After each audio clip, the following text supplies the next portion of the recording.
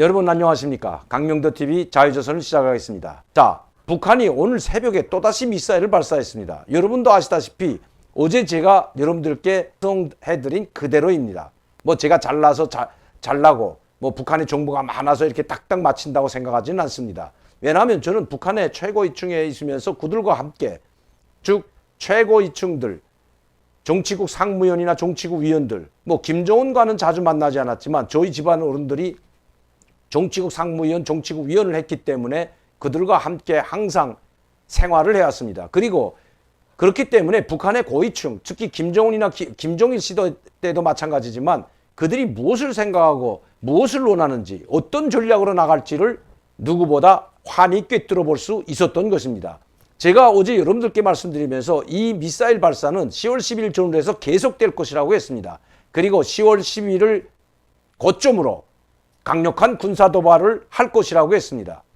그런데 지금 그 수순을 밟아가고 있습니다. 참 북한 절묘한 시기에 절묘한 시점에 타이밍도 아주 잘 골라서 또다시 새벽에 미사일을 발사했습니다. 어제 김여정이 24, 25일 담화문을 제가 다시 한번 여러분들께 보여드리면서 설명을 했는데 그 담화문을 보게 되면 자기들이 미사일 발사하든지 군사적 행동을 하는 데 대해서 그 어떤 도발이라는 망언을 하지 말라는 막대먹은 말을 하지 말라고 아야 잘라 말하고 있습니다. 두 번 다시 막대먹은 말을 할 때는 상정조차 하지 않겠다는 강한 경고성 메시지를 담고 있는 것입니다. 한국 정부가 미사일을 발사하는 것은 정당한 근치고 정당한 자의적 조치고 자기들이 하는 미사일 발사는 불법으로 또 남을 위협하는 위협적인 군사적 행동으로 폄훼하는 것은 이것은 공정하지 못하다는 것입니다. 사실 공정하다는 말을 할 수가 없는 입장에 있는 것이 사실은 북한입니다. 왜냐하면 핵 무기를 만들지 않겠다고 하면서 만들었던 것이 또 받아먹을 것은 다 받아먹으면서 여러분들도 아시다시피 93년도부터 지금까지 북한이 핵을 만들지 않는다면서 핵을 만들다가 실험하다 중단하다 또 다시 핵실험을 하고 이러는 과정에서 얼마나 많은 국제적인 지원을 받았습니까? 미국에서는 해마다 원유 50만 톤씩 지원해줬고 한국과 일본은 식량과 그리고 비료를 비롯해서 엄청난 많은 물자를 지원해줬습니다. 여러분들도 케이도가 왜 구성되었는지 왜 케이도라는 사업단이 구성돼서 북한 신포지구에 경수로 2기를 건설해주고 있던 것도 왜 그런지 바로 핵무기를 만들지 않고 핵 발전소 즉 중수로 원자로를 모두 폐기하는 조건으로 그리고 핵무기를 만들지 않는 조건으로 케이도 사업단이 구성됐고 북한 지원해 주었던 것입니다. 이렇게 북한은 받아먹을 건 다 받아먹으면서도 계속 핵 개발을 했습니다. 그리고 핵 개발을 정당화하기 위해서 이것이 미국과 한국의 군사적 위협 때문에 자기들이 할 수밖에 없다는 이런 명분을 내세웠던 것입니다. 그러고 나서 이제는 공정성 운운하고 있는 것입니다. 왜? 핵무기를 완전히 보유했을 뿐만 아니라 대륙간 탄도미사일, SLBM 그리고 초종밀 단거리 미사일까지 모두 고도화하는데 성공을 했을 뿐만 아니라 완전히 핵보유국으로 천명을 했기 때문에 이제 더 이상 우리하고는 즉 한국과는 견줄 수 없는 막강한 비대칭 전력을 보유했기 때문입니다. 그러고 나서 이제는 공정성을 이야기하고 있는 것입니다. 또 공정성을 이야기하자면 한국이 만에 하나 핵무기를 개발해서 핵무기를 보유한다고 하면 북한이 어떻게 나올까요? 아마 노발대발하고 난리도 아닐 겁니다. 우리 한국에 주둔하고 있는 미군이 핵무기, 전략 핵무기나 전술 핵무기를 한국에 반입한다면 어떤 태도를 보일까요? 불보듯 뻔합니다. 이것은 핵전쟁을 일으키려는 핵전쟁 호전광들의 이 위험한 도발이라고 아마 맹비난할 것은 불보듯 명백한 일입니다. 그러면서도 자기들이 하고 있는 즉 대륙간 탄도미사일이나 SLBM 그리고 순항미사일 같은 신형 순항미사일 같은 이런 발사에 대해서는 입도 뻥끗 하지 말라고 우리 정부와 그리고 미국을 협박하고 있는 것입니다.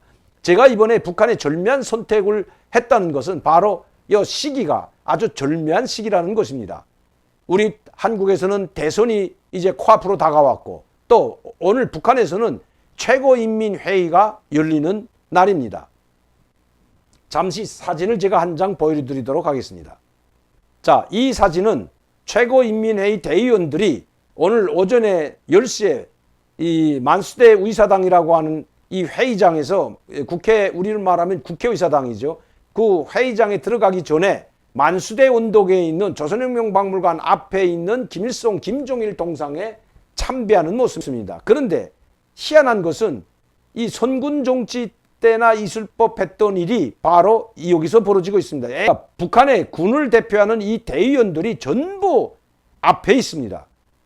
여기는 이민근 장군도 있고 대좌도 있고 심지어 하전사까지 대의원이 있다는 건 말씀드리는데 자, 오늘 북한에서는 최고위원회 대의원 회의가 열리고 있습니다. 그런데 우리 한국 정부나 모든 언론 매체들이 아마 대남 대미와 관한 정책을 발표하지 않을까 이런 이야기들을 하고 있는데 이미 북한은 금년 1월 1일 김정은 이 신년사 때부터 대남 대미 정책을 발표해 왔습니다. 자기들의 핵보유국 능력을 핵을 더욱 강화해 나가고 핵무력을 더욱 강화 발전시키고 대륙간 탄도미사일과 전략미사일들을 계속해서 강화 발전시키겠다는 것이 바로 북한의 정책인 것입니다.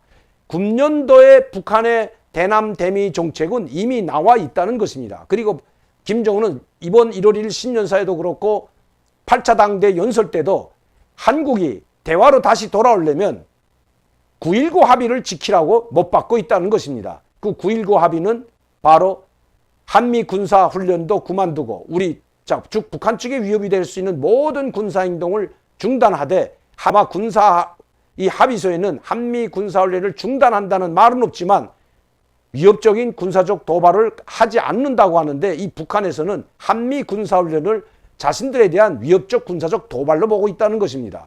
그리고 종전선언도 들어가 있다는 것.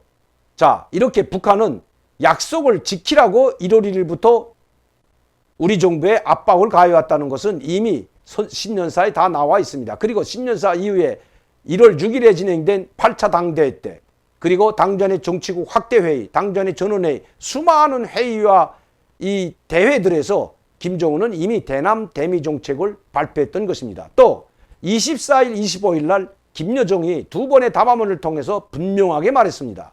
종전선언을 하기 위해서 마주 앉아 회담을 하기 위해서는 족대시 정책부터 버리라는 것입니다. 24일 회담도 마찬가지입니다. 북남 순회 회담이나 종전선언이나 또 남북공동연락사무소 재설치나 이런 것들을 논의하기 위해서는 자기들에 대한 군사적 도발, 즉 자기들이 진행하고 있는 이 탄도미사일이나 신형순항미사일에 대한 망발을 하지 말라는 것입니다. 도발이라는 말을 하지 말고 이것을 응당한 것으로 자의적 조치로 받아들이라는 것입니다. 다시 말씀드리면 핵보유국으로 인정하고 대륙간 탄도미사일을 시험하든 핵실험을 하든 일체 너희는 상관하지 말라.